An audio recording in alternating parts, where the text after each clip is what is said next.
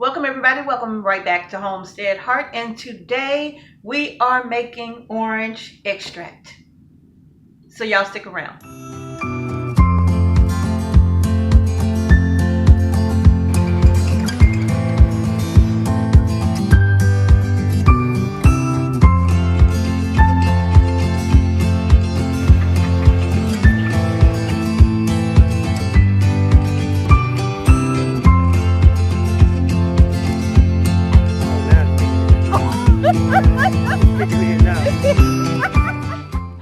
All right, you all. So just to go ahead and get started, I have already made a vanilla extract. And remember, this is an entire week of how to make your own homemade extracts, okay? So we've already done vanilla.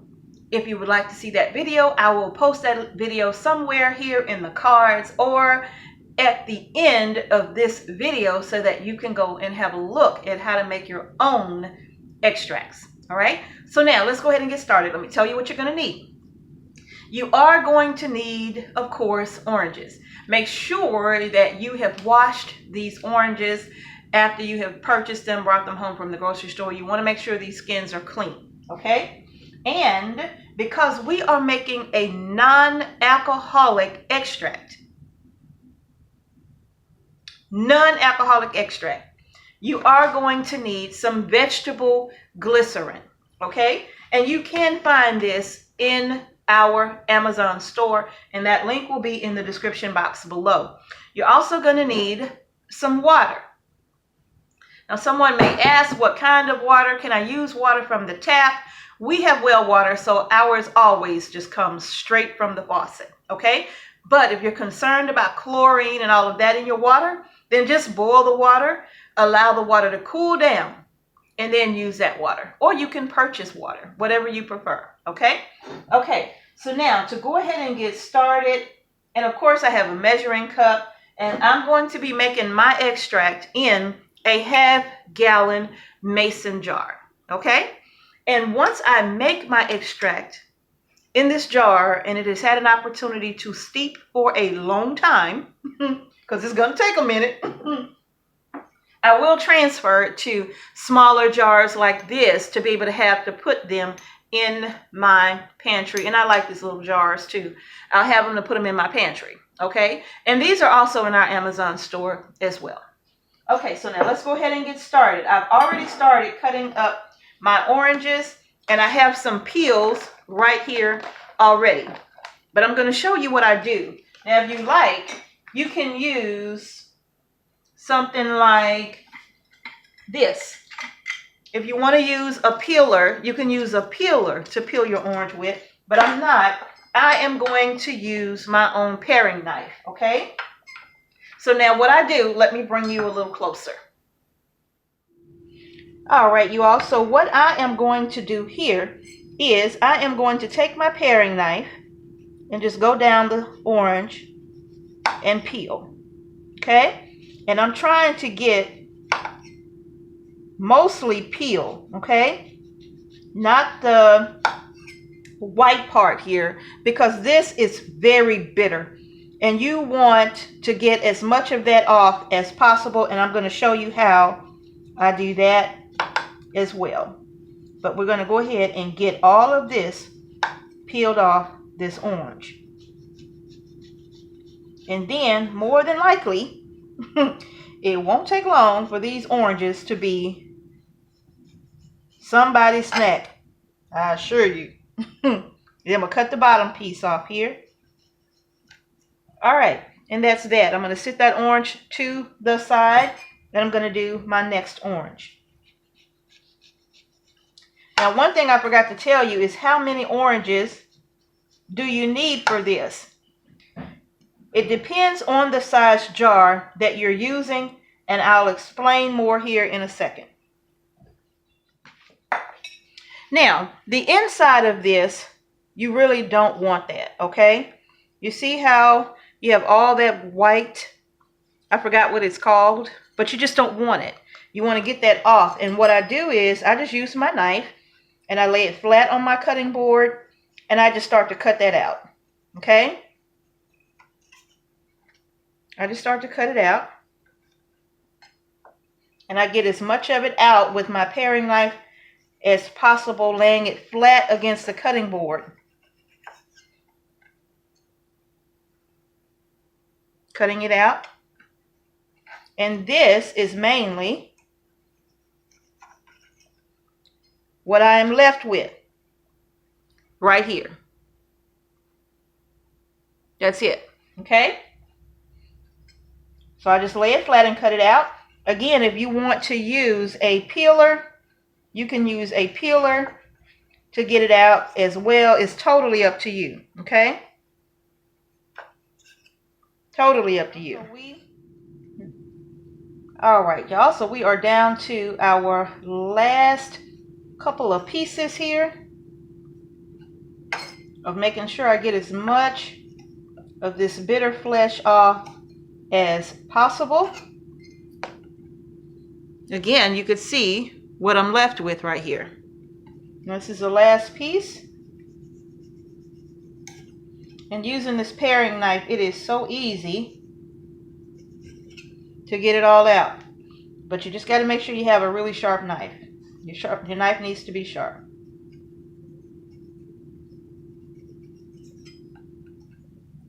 And I just lay it flat and get as close as I can to the flesh without tearing it up. Okay?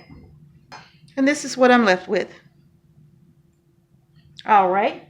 Now, again, this is about 6 medium-sized oranges. These are not large oranges. If you had really big oranges, you would probably need no more than 3 or 4. Okay? All right. So now I'm going to move this. All right. So now that I have my peels together, look at that. Just a bunch of peels. That's it. It smells citrusy. Everything, the whole kitchen. Now I'm just going to take these and drop them in my half-gallon jar. If you were making a small batch, you would not need this many peel, okay? Remember, this is going to be based upon the size of your jar. All right. So now, my jar, just going to go ahead and get them all down in there.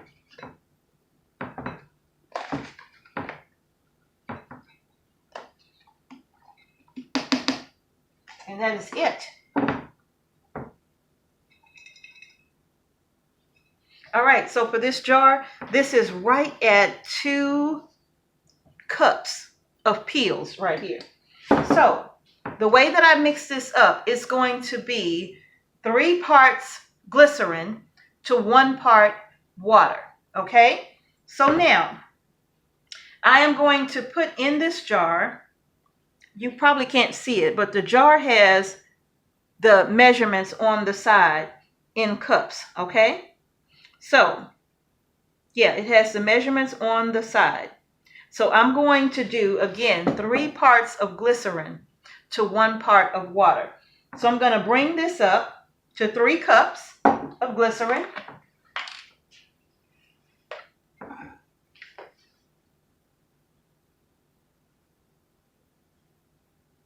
I'm going to do 6 cups of glycerin.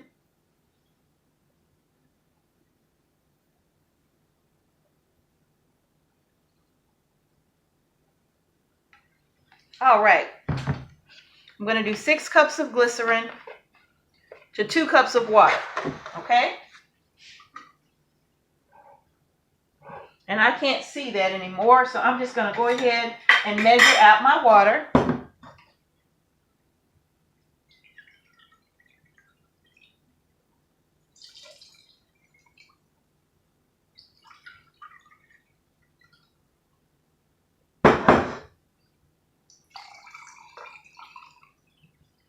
And this is giving me a full half gallon right here.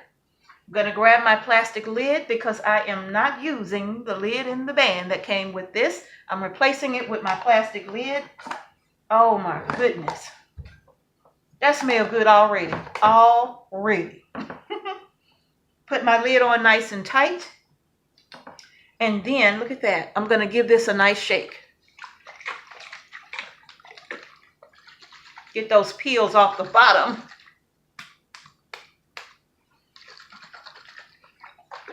All right. Now that I have given this a good shake, because I'm going to mix up the water and the glycerin really good, okay? So I'm going to give it a good shake.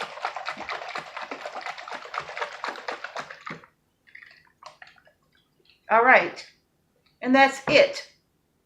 And this right here, you all, is going in the pantry. Oh, forgot one more thing. I need to label this. I'm going to put on here a nice little label. Orange extract 11121. Put that on my jar. This is going to go in my pantry. A cool, dark place. Because light, remember, is the problem. You don't want light to get to this. I'm not using an amber type jar, which you can if you want. But I'm using the jars that I have because I'm making a lot. So I will put this in my pantry. Now, the key to getting a really good extract, no matter what kind, you want to go back to your pantry at least 3 to 4 days a week. And you want to shake this up, okay? You don't want to just take it in there and sit it and leave it. You want to shake it up, all right? So you'll go back every 2 or 3 days and just give it a shake, all right?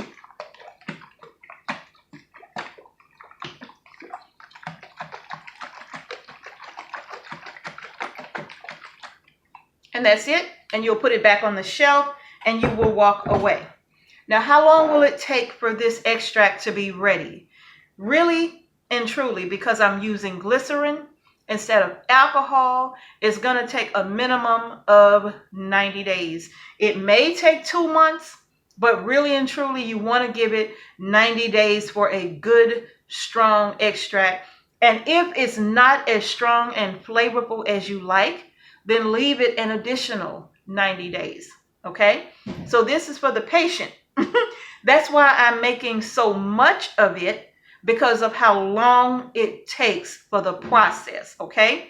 Now, what I will do, once this is done and I start extracting this from the jar, I'll filter it out, okay? And I will funnel it into this jar and I will start again. I will not keep the same peel. I won't keep the same peel. All right. Now, some people do and you can. But because I want full flavor, I will start. I mean, you can get oranges anywhere. So I will start again with fresh oranges. And I will start me a new extract coming up on my 6-month period for beginning to use this. I will start me another extract batch because I don't want to run out. Okay. So 6 months. And once I get to maybe about 5 months or so, I will repeat this process with another jar and start all over again. Okay? All right, y'all. So that's, and of course, you would use your extracts for whatever you use your extracts for. Whether you use them for baking, desserts, breads, or whether you use them to put in teas or to make, add a little flavor to water, it's up to you. It's up to you. So whatever you would use your extracts for, that's what I use mine for. All right. All right. So this right here is going in my pantry, and it's just that simple to make a non-alcoholic orange extract. All right, y'all. So that's going to do it for today. If you haven't done so already, go ahead and give the video a thumbs up. Don't forget to subscribe to our channel and hit that notification bell so you don't miss a single video that we upload to our channel. Thank y'all so much again for watching Homestead Heart. Peace and blessings to each and every one of you. And I'm going to see you in the next video.